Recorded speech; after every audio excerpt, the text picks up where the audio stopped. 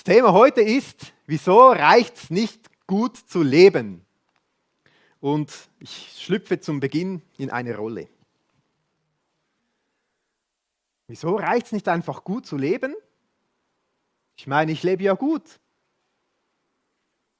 Ich bin meistens nett. Ich bin hilfsbereit. Ich bin ja auch ehrlich. Meistens, wenn es nicht auffällt. Es reicht doch einfach gut zu leben, oder? Ja, Gott, was ist mit Gott? Wenn es Gott denn überhaupt gibt, oder welcher auch immer, der wird ja mit mir schon zufrieden sein, oder? Es reicht doch einfach gut zu leben. Und dann reden die manchmal vom Himmel und von der Hölle. Die Hölle, so dieser Ort, wo es Leiden gibt und Schmerz gibt nach dem Leben, der gibt es doch gar nicht. Und wenn schon, ich meine, es gibt andere, die sind schlimmer als ich. Das wird mich ja nicht betreffen. Es reicht doch einfach gut zu leben, oder? Wer kennt solche Gedanken oder hat das schon mal gehört? Ich meine, viele, ja. Ich meine, das Ganze gibt es ja auch fromm, oder? Ja, all diese Dinge mache ich ja und das reicht doch, wie ich als Christ lebe. Ich gehe ja sogar zum Gottesdienst und ich lese am Morgen den Vers des Tages und ich habe 5 Bibeln zu Hause und 3 Bibel-Apps. Es reicht doch, wenn ich so gut christlich lebe, oder?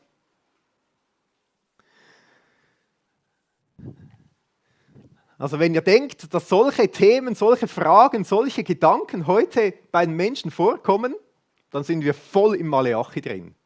Und das ist so das Coole am Maleachi-Buch, das nimmt unsere Gedanken auf und bringt sie ins Licht von Gott. Und das ist auch der Wunsch für diese ganze Serie und das Thema heute, dass wir uns überlegen, wo stehen wir? Was bedeutet das für uns? Und was will uns Gott damit sagen? Für unsere Gedanken, die wir so im Alltag haben. Und wir starten ganz vorne mit Vers 1 im Maleachi-Buch. Da heißt es,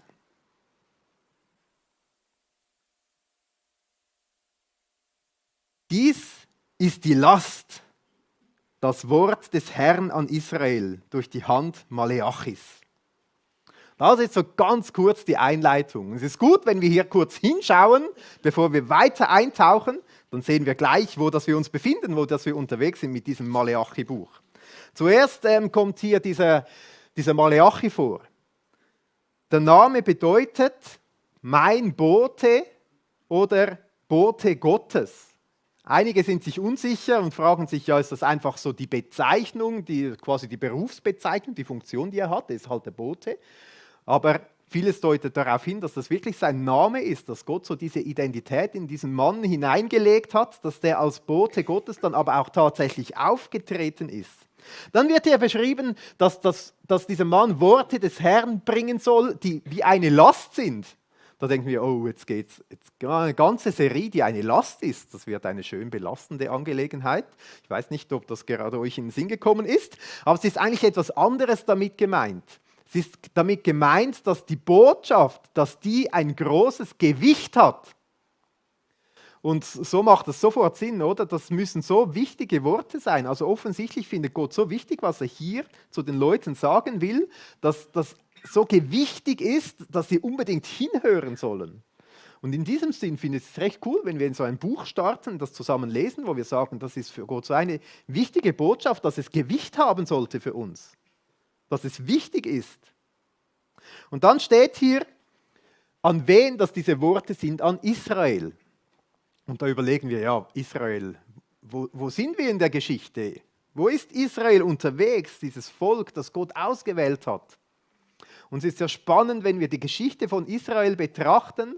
Gott hat sie gerufen, er hat sie aus der Sklaverei in Ägypten geführt, hat sie in ein Land geführt, wo sie Wohlstand haben konnten. Aber die Israeliten sind immer wieder weggegangen von Gott, so weit, bis Gott es zugelassen hat, dass das ganze Land erobert wurde, dass viele Leute weggeführt wurden ins Exil und Jerusalem wird platt gemacht. Einige Jahre später, 70 Jahre später, kommen die ersten Generationen wieder zurück nach Jerusalem. Der Tempel wird wieder aufgebaut. Die Geschichten mit Esra, mit Nehemia. Wir haben circa vor einem Jahr Sacharja-Buch gelesen, das genau in diese Zeit hineinkommt. Dann kommt die nächste Generation. Der Tempel steht immer noch, die Gottesdienste finden statt, die Leute sind gekommen, haben geopfert, aber irgendwie war auch der Wurm drin. Irgendwie haben die Leute in dieser Zeit offensichtlich Missernten erlebt. Sie waren keine eigenständige Nation, waren in politischer Abhängigkeit. Es gab soziale Ungerechtigkeit und ich kann mir vorstellen, wie viele Leute gesagt haben, was ist mit diesen Verheißungen von Gott? Das passiert alles nicht. Und irgendwie war alles so ganz komisch in dieser Zeit. So unbefriedigend. Und in diese Zeit hinein ist Maleachi, dieser Prophet, gekommen und hat zu den Leuten geredet. Und das sind so, ich habe mir gedacht, das sind genauso Zeiten, wie wir sie heute erleben. Eigentlich viel Wohlstand, aber manchmal auch so Dinge, die harzig sind, die nicht gut laufen. Manchmal denken wir, ist da wirklich der Wurm drin, auch in unserer Gesellschaft, was ist da los? Und in diese Situation hat Gott so hineingeredet. Es gibt 2 Szenen, die wir heute zusammen anschauen. Also so, da werden wir die erste Szene haben, die zweite und am Schluss der Predigt werden wir noch ein paar praktische Dinge dazu sagen. Das Coole an Maleachi, der ist so sehr szenisch. Das ist die erste Szene.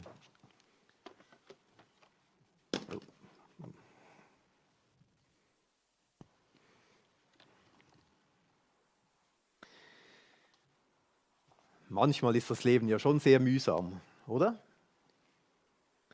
Richtig mühsam. Ich habe Kopfschmerzen, dauernd klingelt das Telefon. Vorhin habe ich mich angeschlagen und es tut weh. Und irgendwie habe ich heute gar keine Lust zum Arbeiten. Irgendwie ist einfach alles doof und Gott kümmert sich gar nicht darum, kümmert sich einen Furz darum. Ich habe dich geliebt. Hä?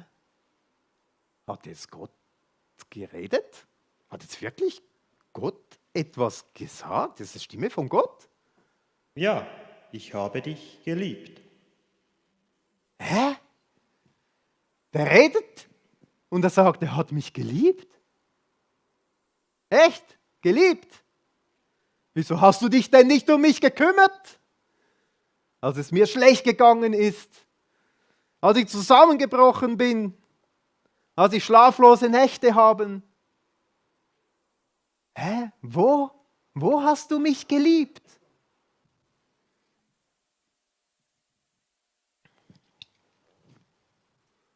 Was war so diese erste Szene? Jetzt muss ich das Zeug wieder zusammensetzen. Ist alles durch die Luft geflogen. So. Tipptopp. Wir lesen den Bibeltext dazu. Maleachi 1, Verse 2 bis 5 ist das.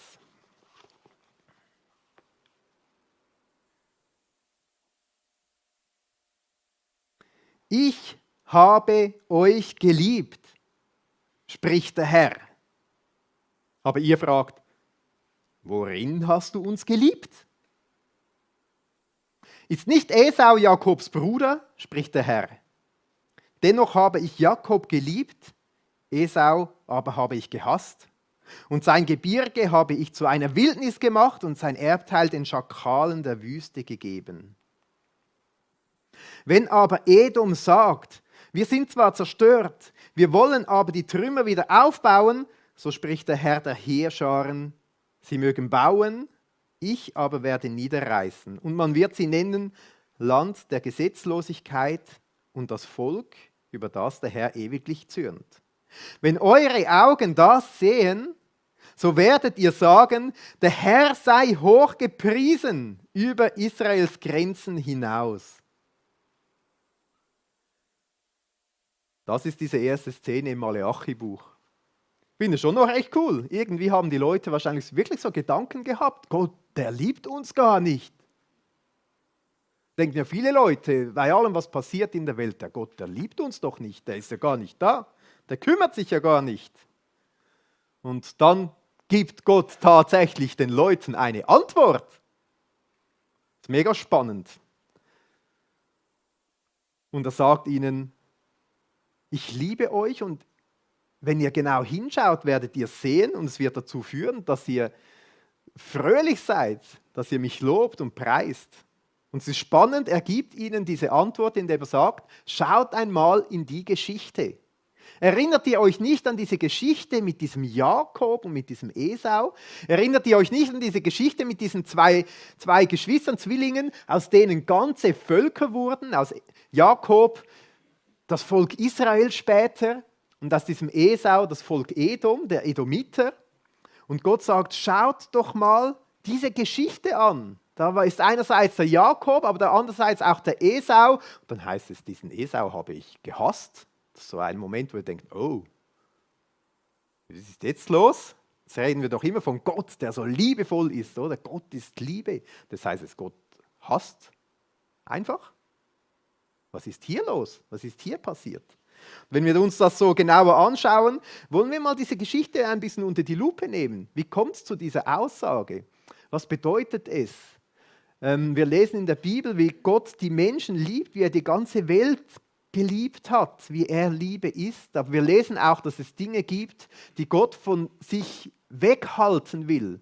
Also wenn wir überlegen, so das Böse, das Niederträchtige, das was Sündhafte, was anderes kaputt macht, das passt nicht zu diesem liebevollen Gott. Und wenn Gott davon spricht, dass er etwas hasst, dann geht es darum, dass er sagt, nein, das gehört nicht zu mir. Das muss ich wegschieben, wegstoßen. Das hat eigentlich keinen Platz.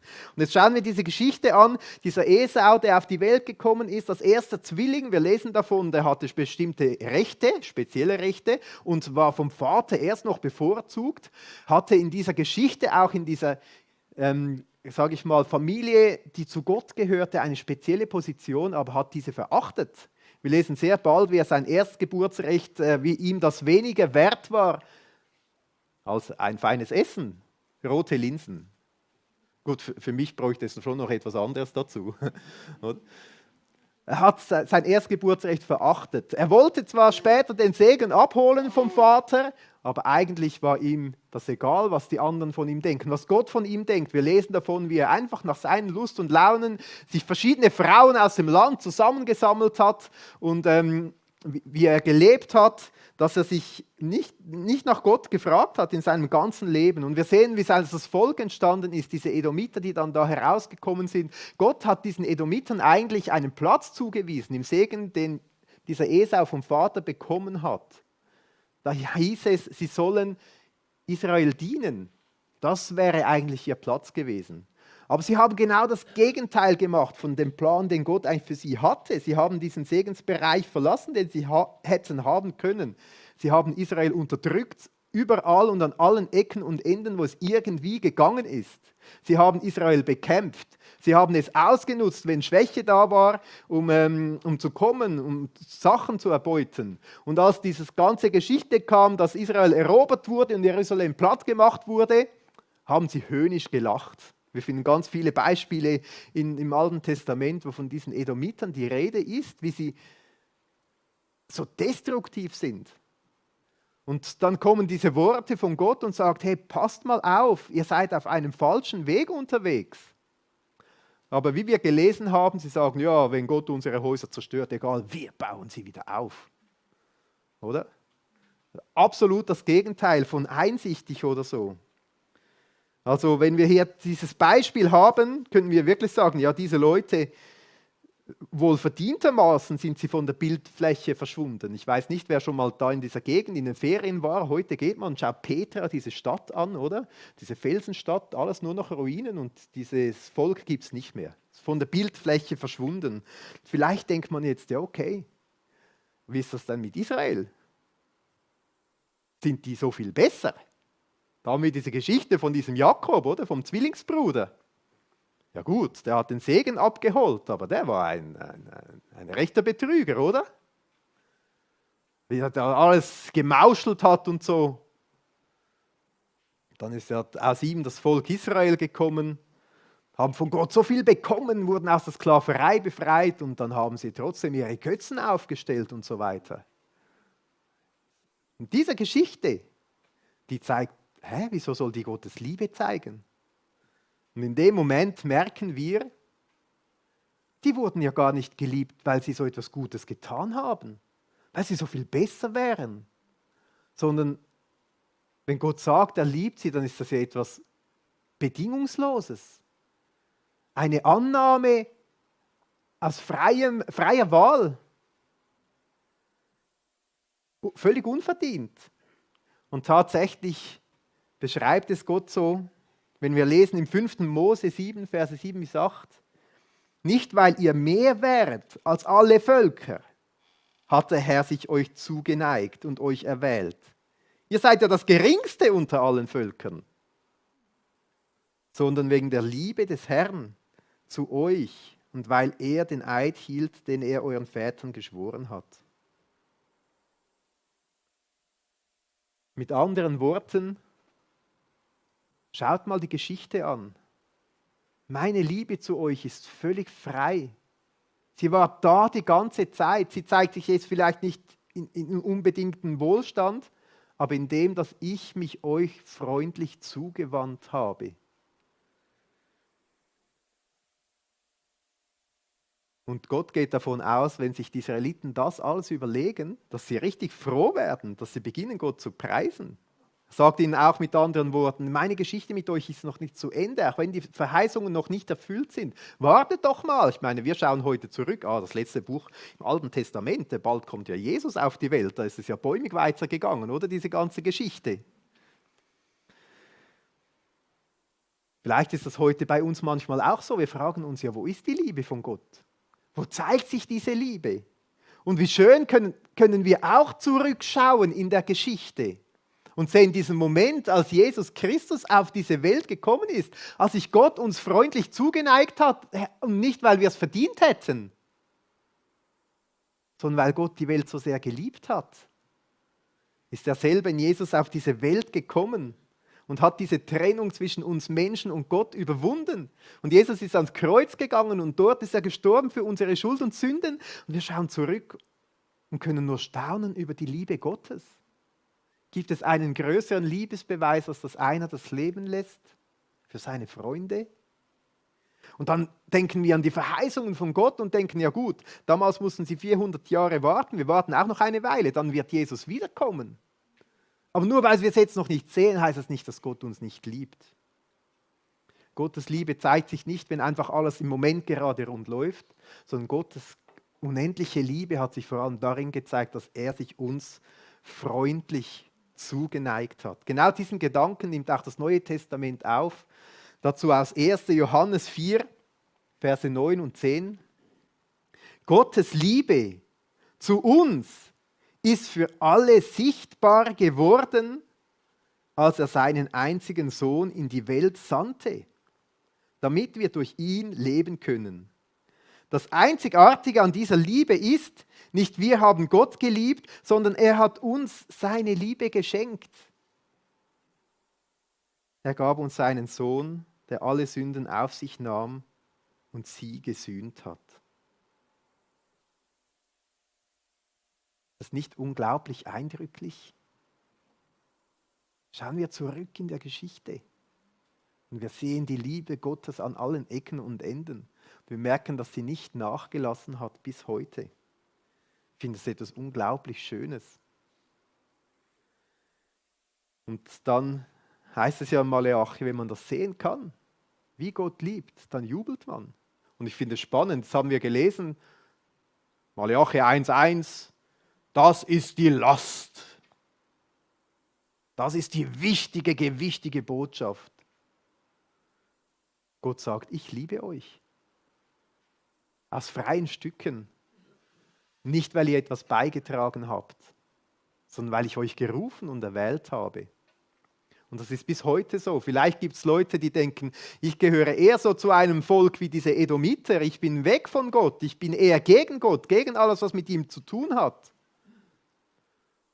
Aber man muss nicht in diesem Volk bleiben. Man darf in die Familie von Gott kommen. Man darf sich dieser Liebe anschließen, öffnen und sie voll und ganz empfangen. Das war auch schon damals so. Das ist dieser erste Gedanke, diese erste Szene, Grundlage von allem. Und wenn wir jetzt weiterlesen, wir gehen jetzt in die zweite Szene hinein, wenn wir weiterlesen, behalten wir das im Kopf, das ist das Wichtigste, was Gott voranstellt an diese Botschaft im Maleachi. Ich habe euch geliebt. Zweite Szene.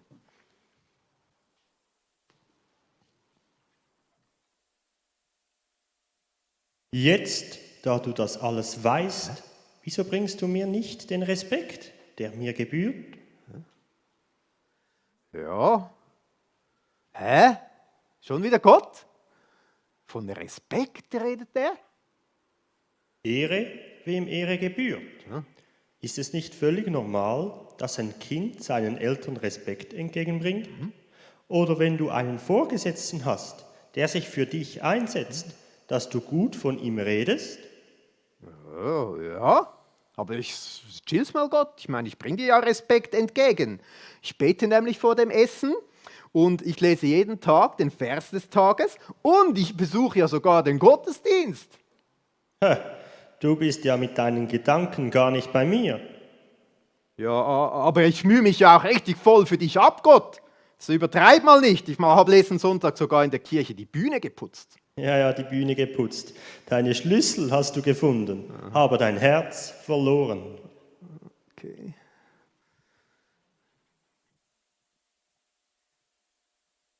Diese zweite Szene. Wir lesen auch den Text, wie er im Maleachi steht. Es geht auch um den Gottesdienst ein Stück weit. Und es sind ein paar Verse.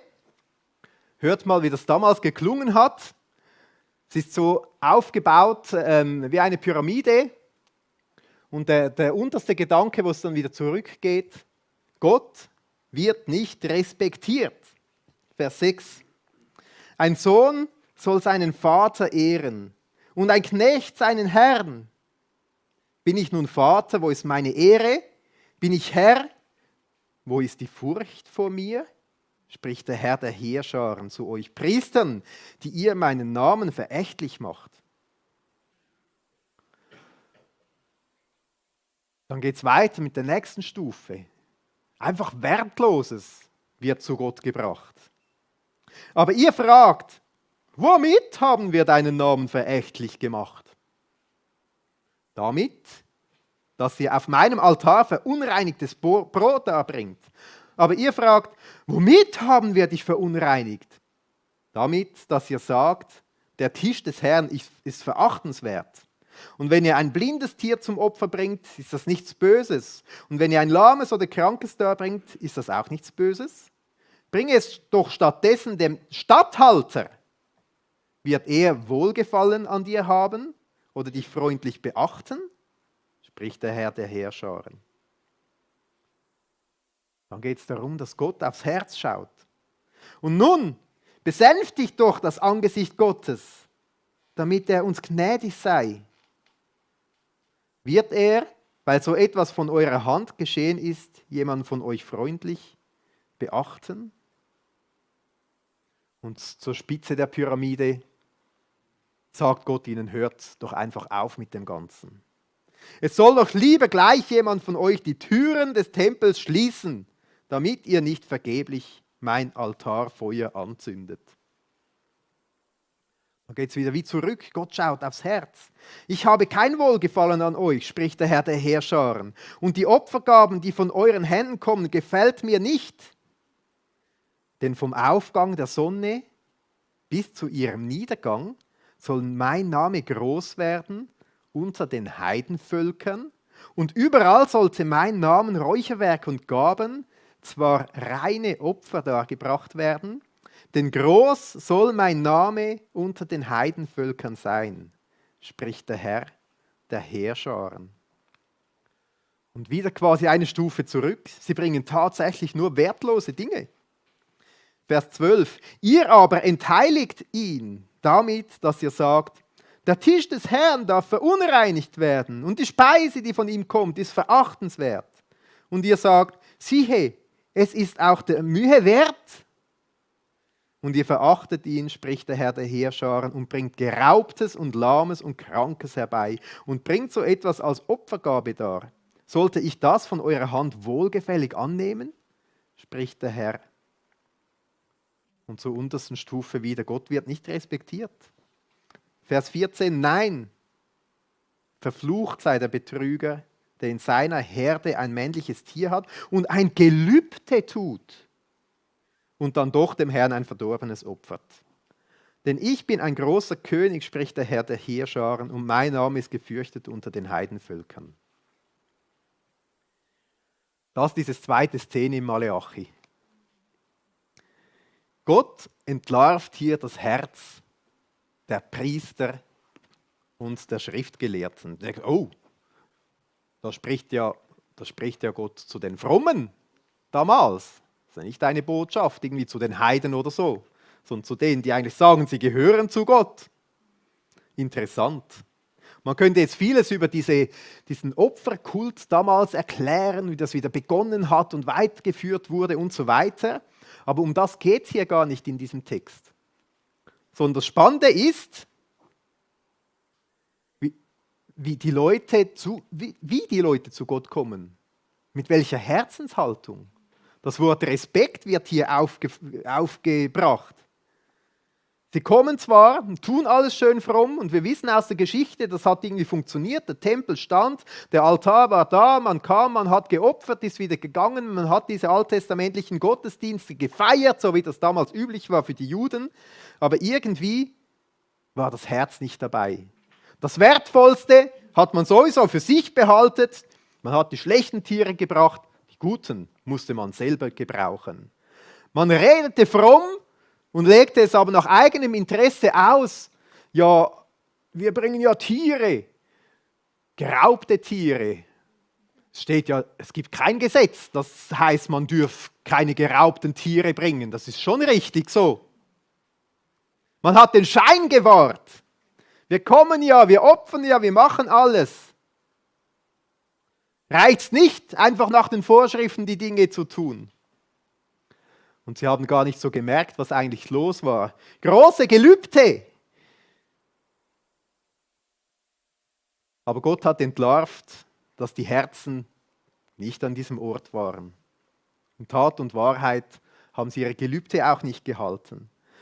Gott hat dieses Beispiel ihnen vor die Augen gehalten. Mit dem Statthalter haben wir gelesen, würde die auch dem Statthalter solche Tiere bringen? Sofort würden alle denken, nein, natürlich nicht.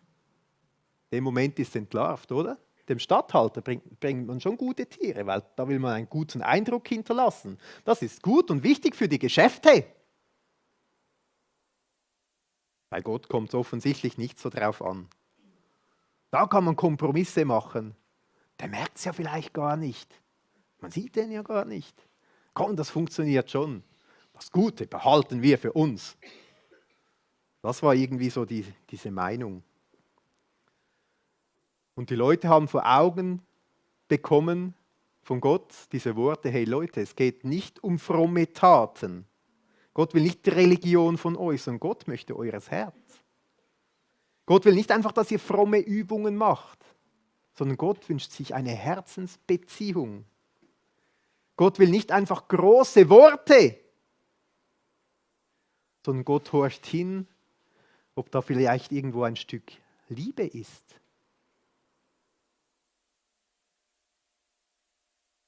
Im 1. Samuel 16 kommt das so schön auf den Punkt.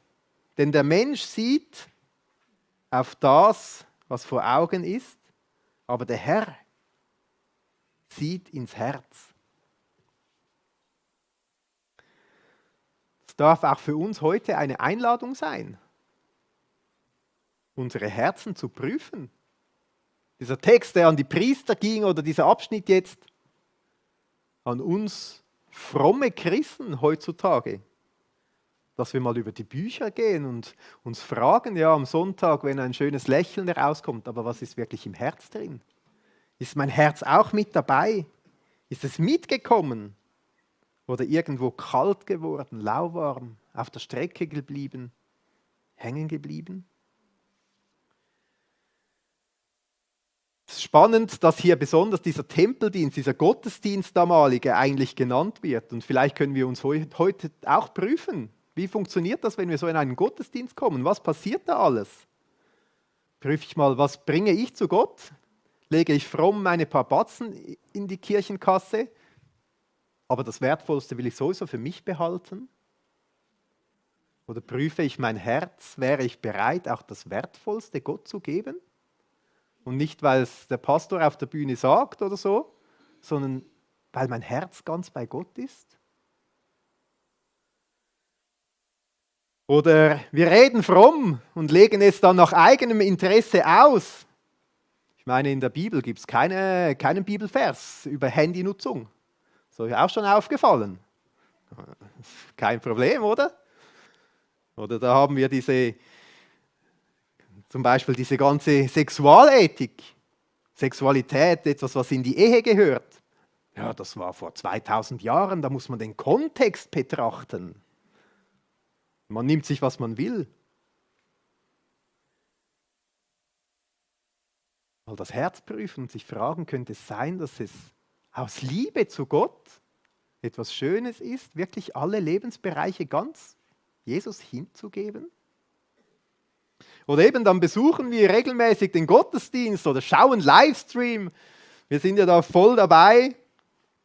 Und kommen wir zu Gott, heißt Gottesdienst. Gott soll uns dienen.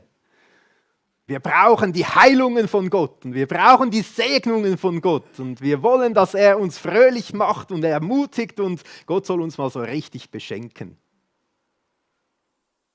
Vielleicht ist es mal dran zu fragen, ob es nicht umgekehrt wäre. Heißt es vielleicht Gottesdienst, weil ich komme, um Gott zu dienen? Um seinen Namen groß zu machen? Ich komme nicht und frage mich am Schluss vom Gottesdienst, hat mir heute die Musik gefallen? Hat mir heute der Worship gefallen? Sondern ich frage am Schluss vom Gottesdienst, Gott, hat dir mein Worship gefallen? Wie ich mit meinem Herzen dabei war? Hat dir unser Worship als Kirche gefallen? Vielleicht geht es euch manchmal auch so wie mir. Ich bin dann da und höre irgendwie große Worte und denke, Moll, das ist wirklich gut, das will ich mitnehmen. Mache so eine Art Gelübde und gehe nach Hause und beim Mittagessen ist es schon wieder ganz anders. Und der Maleachi ist hier sehr hart und ehrlich und legt den Finger auf die wunden Punkte und sagt, Leute, ihr seid nicht dazu bestimmt, um Kirche zu spielen, um Christsein zu spielen. Es geht ums Herz.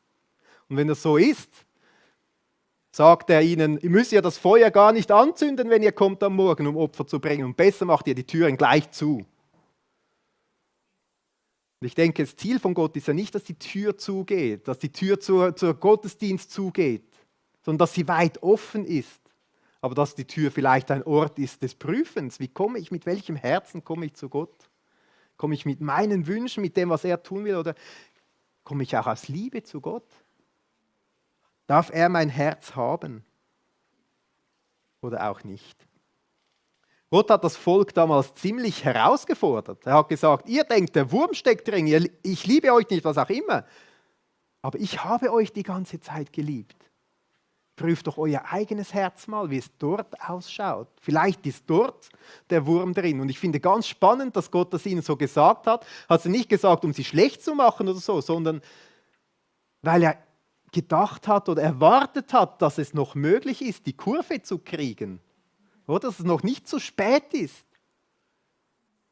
Und so ist es auch bei uns. Vielleicht gibt es einen Punkt, wo auch Gott heute bei dir den Finger drauf halten möchte und sagen möchte, dort ist dein Herz gar nicht bei mir, sondern bei anderen Dingen.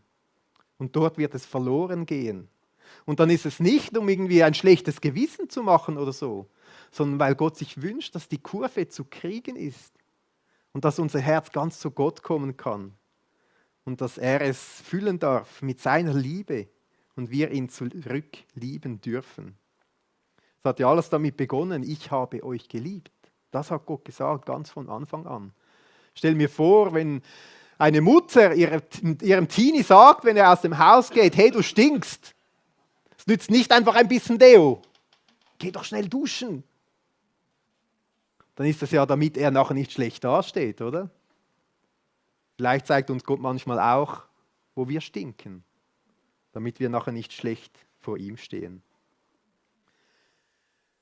Ich will zum Schluss das Ganze ganz praktisch machen.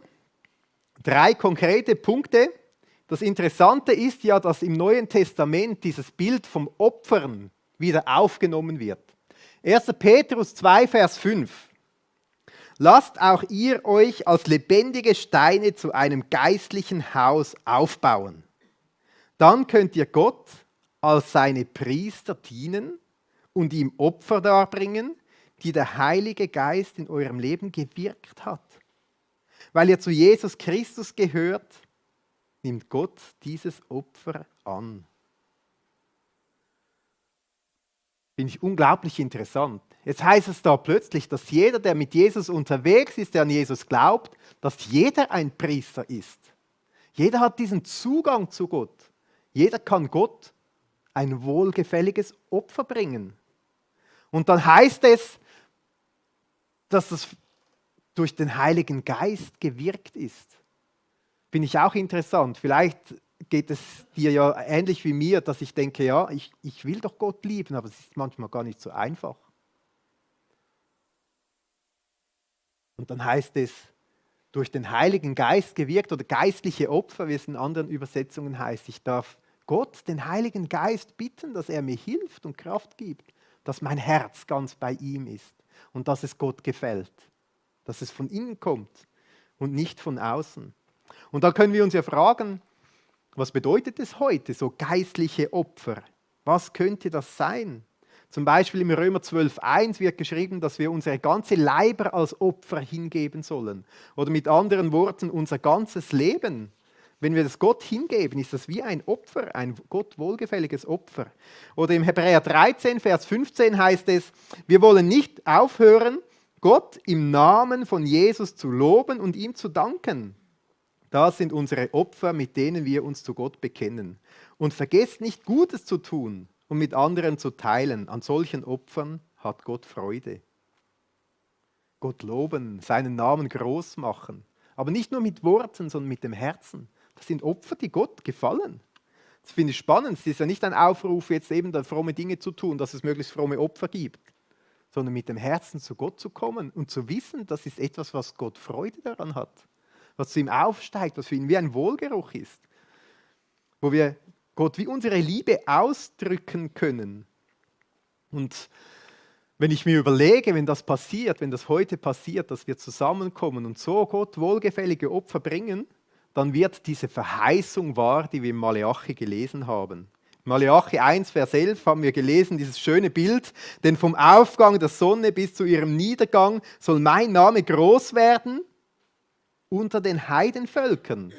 Das sind alle außerhalb Israels, das sind ja wir. Und überall soll meinem Namen Räucherwerk und Gaben, und zwar reine Opfergaben, dargebracht werden. Wenn wir heute singen, wenn wir Gott loben und preisen, wenn wir uns unser Herz ihm hinhalten, dann passiert genau das. Genau das, was hier steht, wird vor unseren Augen quasi erfüllt. Denn groß soll mein Name unter den Heidenvölkern sein, spricht der Herr der Heerscharen. Also das ist das erste ganz Praktische. Wir dürfen mit unserem Herzen zu Gott kommen und das sind Gott wohlgefällige Opfer. Wir können so heute Gott opfern. Das zweite ganz Praktische, es ist wirklich auch eine Zeit, dieser ganze Maleachi-Buch, wo wir auch zur Ruhe kommen sollten, uns prüfen sollten und fragen, wo Gott vielleicht bei uns persönlich den Finger auf etwas draufheben will. Was fromm ist, was gut aussieht, wo man denkt, ja, das läuft ja, aber das Herz ist gar nicht dabei. Ich denke mal, es kann gut sein, dass Gott gerade jetzt so etwas redet, etwas aufs Herz legt, wo er sagt, dort ist Frömmigkeit, aber keine Liebe. Es kann aber auch sein, dass es etwas Zeit braucht. Auch so eine Fastenzeit kann ja gerade für das sein, dass man eben diesen Blick schärft für die geistlichen Dinge und Gott Raum macht und Gott einlädt zu sagen, wo willst du den Finger bei mir draufheben? Wo ist es dran, Buße zu tun, umzukehren, nicht fromm zu sein, sondern zu lieben. Also es soll auch eine Ermutigung sein, gerade diese Zeit, vielleicht durch diese Serie bis Ostern hin oder diese gemeinsame Fastenzeit auch dafür zu nutzen. Und das Dritte ist, Dritte ganz konkrete, vielleicht sitzt du jetzt auch hier und sagst, ja, Liebe kann man ja nicht einfach machen, oder? Ich will Gott lieben, aber irgendwie kann man nicht einfach sagen, ja, jetzt liebe ich Gott. Ich würde schon sagen, das Ganze beginnt mit einer Entscheidung. Ich will Gott lieben, ich will ihm mein Herz geben. Ich will nicht einfach tote Religion leben, sondern ich will eine Herzensbeziehung zu Gott haben. Auch immer wieder neu bewusst zu entscheiden, es soll mir um Liebe gehen. Und ich glaube, die Liebe zu Gott wächst. Es ist ähnlich wie in Liebesbeziehungen, oder? Wenn man verliebt ist, will man möglichst viel Zeit miteinander verbringen. Man schaut die ganze Zeit Fotos voneinander an, macht Bildschirmhintergrund und so weiter. Ich glaube, bei Gott ist es genau dasselbe, wenn wir ihn anschauen. Wenn wir in die Augen von Jesus schauen, dann wird unser Herz berührt und die Liebe wächst.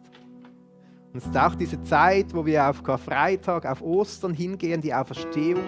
Vielleicht darf das auch eine Zeit sein, wo wir bewusst zu Jesus kommen und in seine Augen schauen. Augen von Karfreitag, seine Augen, wie er am Kreuz hängt, wie er dort stirbt für unsere Schuld und Sünde, wie er sich völlig vernichten lässt, oder? Wir haben vorher von den Edomiten gehört, das Volk, das vernichtet wurde, weil es fern von Gott war, weil es nichts von ihm wissen wollte. Und jetzt kommt da dieser Jesus und sagt, du musst nicht vernichtet werden. Ich will dir deine Schuld und Sünde vergeben, weil ich dich so fest liebe, nicht weil du es verdient hast. Komm zu mir. Und er geht ans Kreuz und lässt sich für uns vernichten, zerstören.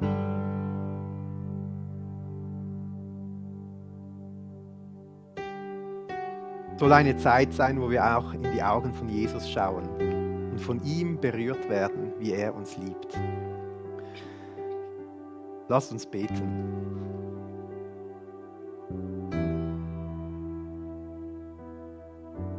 Danke, Jesus, dass du heute da bist.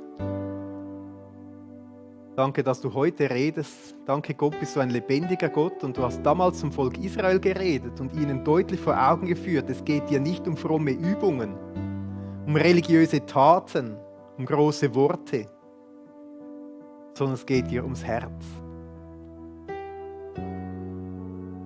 Und Jesus, ich bitte dich, dass du kommst mit deinem Heiligen Geist und dass du uns zeigst, wo wir fromme Übungen machen. Und wo du dich nach unserem Herzen sehnst. Nach einer Liebesbeziehung sehnst. Ja, und ich möchte dir auch Danke sagen, Gott, dass du uns nicht allein lässt, sondern dass wir auch bewusst kommen dürfen und unser Herz hier einfach hinhalten können und sagen, Gott, wir wollen es dir hinhalten. Fülle du es mit deiner Liebe. Und ich will dich zurücklieben, so gut ich kann, aber ich brauche die Hilfe von deinem Heiligen Geist. Danke, darf ich geistliche Opfer bringen, die du in mir wirkst. Du wirkst das Wollen und das Vollbringen.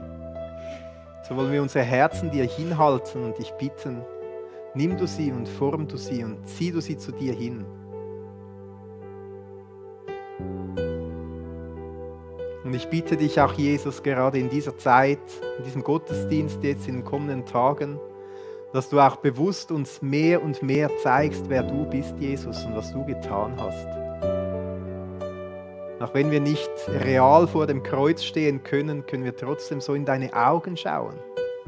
Wir schauen die Geschichte, wir schauen, was du getan hast für uns, wie du deine Liebe bewiesen hast, die heute noch gilt.